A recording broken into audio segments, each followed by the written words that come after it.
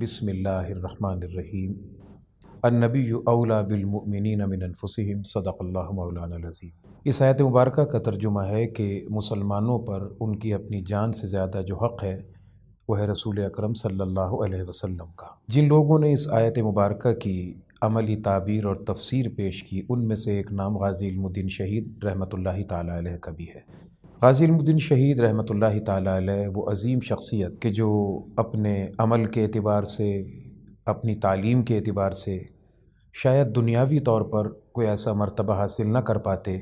جو دنیا کے اندر کوئی اونچی قیمت اور منزلت کا درجہ رکھتا ہو، مگر اللہ تبارک و تعالیٰ نے اس ایک شخص کو جو ایک ترکھانوں کے گھر میں پیدا ہوا اور اللہ تبارک و تعالیٰ نے اس کا انتخاب کیا۔ 31 اکتوبر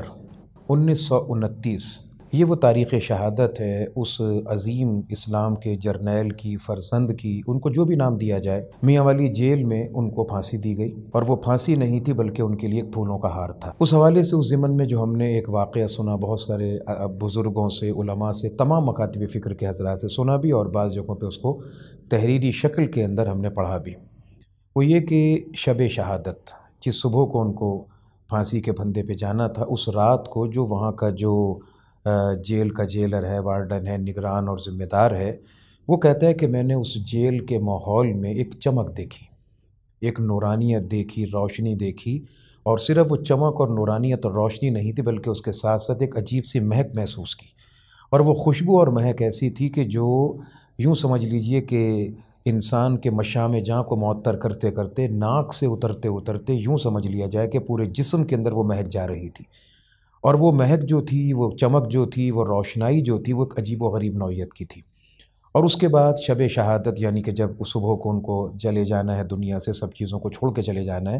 تو جس طریقے سے اس نے بیان کیا کہ غازی صاحب جو ہیں وہ پورے اطمینان کے ساتھ ہیں اور اپنے کمرے میں موجود ہیں، اور ان کے چہرے پہ مسکراہٹ بھی ہے، اطمینان بھی ہے، چمک بھی ہے، نورانیت بھی ہے، اور آنکھیں بھی ان کی بڑی بھرپور انداز میں چمک رہی ہیں، اور اس جو ماحول وہاں کا پیدا ہوا، اس ماحول کے متعلق جب ان سے پوچھا گیا، پتہ کیا گیا، سب کچھ تھا، تو جو راویان بیان کرنے والے ہیں وہ بتاتے ہیں کہ غازی صاحب نے فرمایا کہ میں نے جن کے نام پر یہ سب کچھ کیا تھا، جن کے نام کے لیے میں اپنی زندگی کی بازی لگائی ہے، وہ خود میرا استقبال کرنے اور مجھ سے ملاقات کرنے تشریف لائے تھے۔ یہ حضور اکرم سرور دو عالم صلی اللہ علیہ وسلم کی محبت تھی، آپ کی شفقت تھی کہ آپ کے اس وجود مسعود کو اللہ تبارک و تعالیٰ نے بطور معجزے کے غیروں کے سامنے بھی ظاہر کرنا تھا کہ جو میرے نبی کے ساتھ اپنے تعلق کو وابستہ کرتا ہے، میں اس کو ضائع نہیں جانے دیتا، میں اس کو اس کی حیثیت سے بڑھ کے انعام دیتا ہوں۔ اللہ تبارک و تعالیٰ امتحان جب بھی کسی بندے سے لیتا ہے نا، اس کی برداشت کے مطابق لیتا ہے۔ امتحان کبھی کسی بندے سے اللہ برداشت سے زیادہ نہیں لیتا، مگر اس امتحان کے بعد جب اللہ انعام عطا کرتا ہے تو انعام ہمیشہ اپنی شان کے مطابق عطا کرتا ہے، بندے کی حیثیت کو نہیں دیکھ کر دیتا، بندے کی جھولی کو نہیں دیکھتا، اپنے خزانوں کے مطابق عطا کرتا ہے۔ تو غازی صاحب کا امتحان جو تھا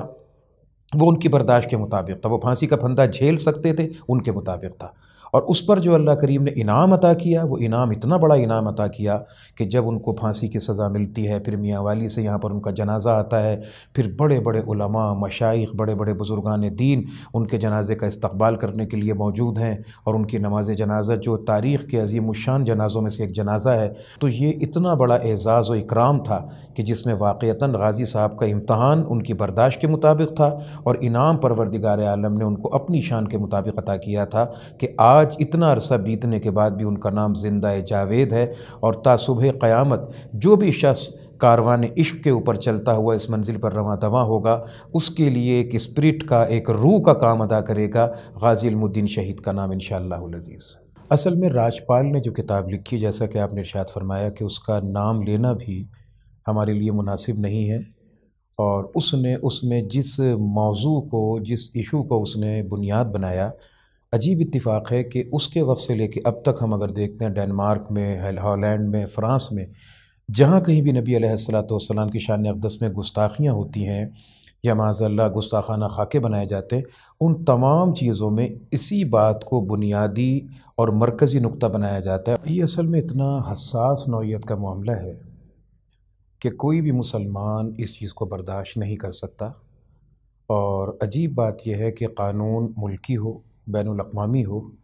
اس مسئلے میں آ کر دوہرے معیار کا شکار ہو جاتا ہے۔ قانون اگر حرکت میں آئے اور اس چیز کو مکمل طور پر ثابت رکھے کہ جو شخص بھی گستاخی کرے بشرطے کہ وہ گستاخی ثابت ہو، تو امید نہیں بلکہ یقین ہے کہ اس قسم کے واقعات رونما نہیں ہوں گے۔ اور جس طرح سے ہم کو سورۃ نور کے اندر پروردگار نے ارشاد فرمایا کہ جب سزا دی جائے بدکاری کرنے والے مرد و عورت کو، حالانکہ وہ بدکاری جو کر رہا ہے وہ معاشرے کے اندر، اگرچہ اس گناہ کا تعلق اس کی ذات کے ساتھ ہے، مگر معاشرے کے اندر ایک بے چینی، بے امنی اور ایک بے راہ روی کا دروازہ کھل رہا ہے۔ اس کے متعلق اللہ کہتا ہے سورۃ نور میں کہ ان دونوں مجرمین کو جب سزا دی جائے تو وہ سزا لوگوں کے سامنے دی جائے۔ تو جو شخص گستاخی رسالت کا مرتکب ہو رہا ہے، ایسے بدبخت اور بد نصیب کو اگر سزا دی جائے علی الاعلان سب کے سامنے، تو یقینی طور پر اس سے لوگوں کے غصے کے اندر بھی کمی آئے گی، قانون جو ہاتھ میں لینے کے واقعات ہوتے ہیں وہ رونما نہیں ہوں گے، اور لوگوں کو قانون کے اوپر یقین اور مکمل بھروسہ ہوگا۔ مگر بدقسمتی ہے، بد نصیبی کی بات ہے کہ دور انگریز کا ہو جو سفید چمڑی والا تھا، یا آج کے انگریز کا ہو اس کے غلاموں کا جو گندمی یا کالی چمڑی والے ہیں، اس معاملے میں آ کر چونکہ چنانچہ اگر مگر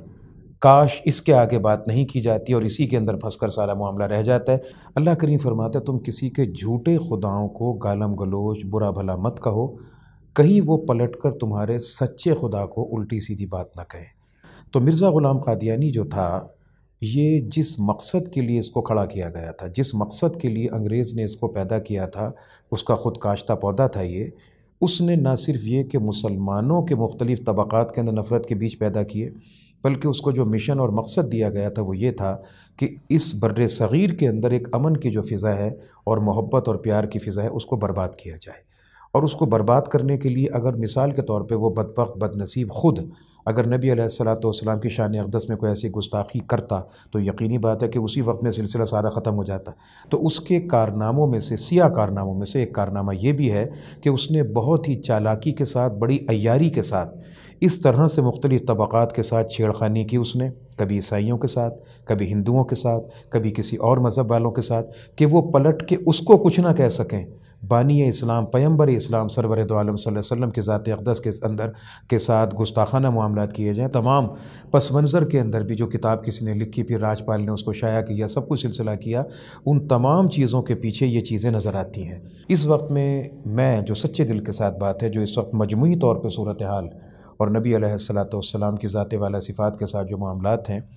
اس وقت میں بحث اس بات کی نہیں ضرورت کہ ربیع الاول کی حضور علیہ السلام 12 کو تشریف لائے تھے دنیا میں کہ 9 کو تشریف لائے تھے۔ اس وقت میں اس بحث کی ضرورت نہیں ہے کہ اس تاریخ کو عید میلاد النبی کہا جائے یا 12 وفات کہا جائے۔ اس سے بڑھ کر، اس سے ہٹ کر کسی اور چیز کی ضرورت ہے۔ اس وقت ضرورت ہے نبی علیہ السلام کی سیرت کا دفاع کرنے کی۔ جیسا کہ آپ نے فرمایا کہ ہم طاقت کے اعتبار سے کچھ نہیں کر سکتے، مالی اعتبار سے ہمارے پاس جو یعنی کہ اسباب ہیں ان کا صحیح استعمال کا رخ ہمارے پاس موجود نہیں ہے۔ کم از کم درجے میں وہ افراد جن کا تعلق میڈیا کے ساتھ ہے، خواہ وہ سوشل میڈیا ہو، الیکٹرانک ہو، پرنٹ میڈیا ہو، کوئی بھی ہو، اس وقت میں ضرورت ہے نبی اکرم علیہ السلام کی سیرت و کردار کا دفاع کرنے کی، اور اس کے اندر صحیح تصویر کو سب کے سامنے پیش کیا جائے تاکہ لوگوں کے ذہنوں سے شکوک و شبہات مٹ جائیں، دور ہو جائیں، اور آقا علیہ السلام کا بابرکت نورانی چہرہ اپنی تمام تر تابانیوں کے ساتھ ان کے سامنے آ جائے۔ میرے ذاتی خیال کے مطابق یہ اس وقت میں ضرورت ہے کہ ہم سب اس بات پر سوچیں اور غور کریں۔ اللہ تعالی ہم سب کو عمل کی توفیق عطا فرمائے۔